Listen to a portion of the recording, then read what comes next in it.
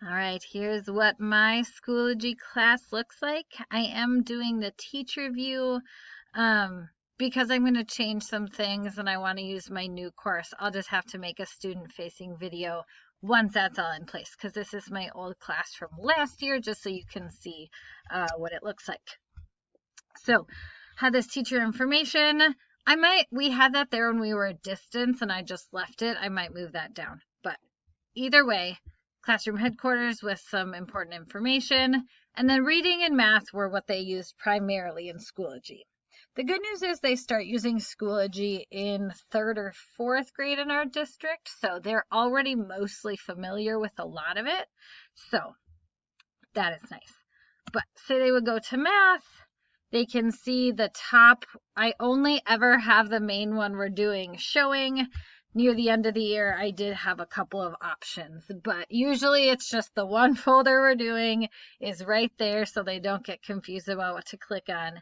If they did need to go to an older one, I moved that into a separate folder so they could still have access to it.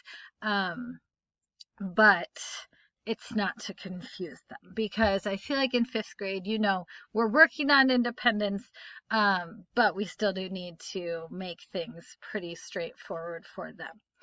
So then say they clicked on one, I'm going to click on this one because it was a little more indicative of what it looked like for most of the year. So then they'd see, okay, here's the assignment, here's the exit slip.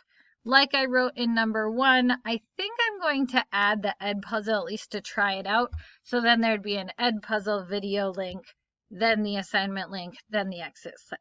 So an extra thing to click on, but would avoid them skipping the video entirely, which some of them love to do, and then they are very confused, as I'm sure you know.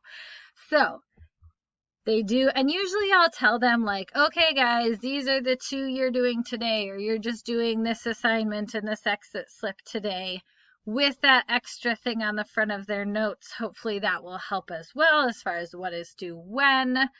And then I always do put a little marker like this is the end of week 1, so that those that want to can kind of look ahead and plan out, ooh, if I want to finish Thursday, this is how many I'd have to do. But for those that need the more concrete, I'm like, these are the 2 you're doing. I circle it. I tell them. And because they're with me all day, and it's just, I don't feel like it's like a middle or a high school where they're going off to another class and trying to keep a bunch of things straight. I can give them reminders while also hopefully like building in some learning of pacing. Since I do say like, the end of week 1, end of week 2, end of week 3, or however many weeks it is. If I do announcements, I don't do announcements a lot. They can see updates here. Usually I just do that for like, here's some link that I said I would share with you. Things like that. I think that's what I needed to share. I really love Schoology. They have on their Chromebooks, they automatically have a bookmark to get right to Schoology, and then they use the username and password they use to log into everything for the district, which is lovely. And yeah, I think you probably noticed the little requirements. I'll just bring up this one. So like they have to make a submission before they can move on. They have to score 4 before they can move on. And it's just right in order so they don't skip around. I don't think I had any should do's. It just wouldn't have that check mark, so they could skip it. And then it's just a matter of telling some of them to go back to it if I want them to or if they have time. All right. Thanks.